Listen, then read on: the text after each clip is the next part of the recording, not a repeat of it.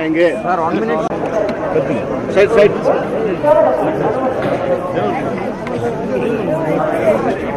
Side side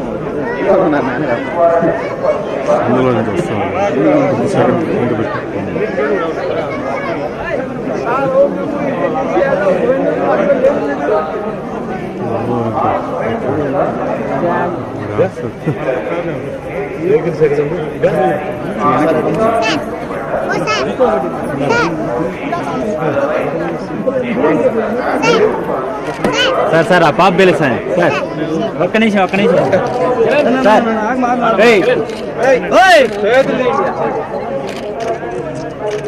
okay sir okay okay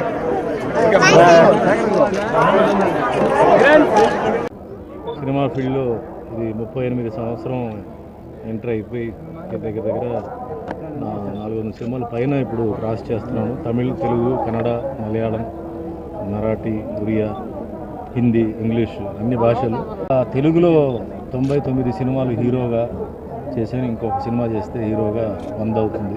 అలాగే తమిళ్లో కూడా హీరోగా చేశాను, కన్నడలో చేశాను, ఇప్పుడు ఒరియాలో కూడా యాక్ట్ చేస్తున్నాను.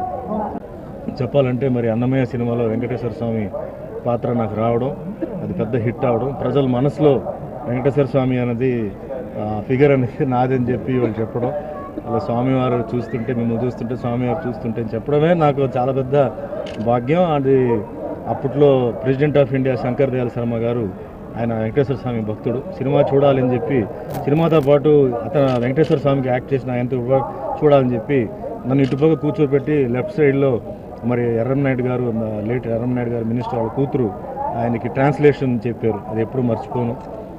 భగవంతుడు నాకు ఒక అవార్డు, అంటే అంతకన్నా పెద్ద అవార్డు, ఒక ప్రెసిడెంట్తో కూర్చొని సినిమా చూసే అవార్డు అనేది నేను కూడా ఎంతోమందికి అది రాదు, అది నాకు ఇచ్చారు. అక్కడికే నాకు ఏంటంటే అవార్డు మీద నాకున్న పిచ్చి నాకు పోయింది.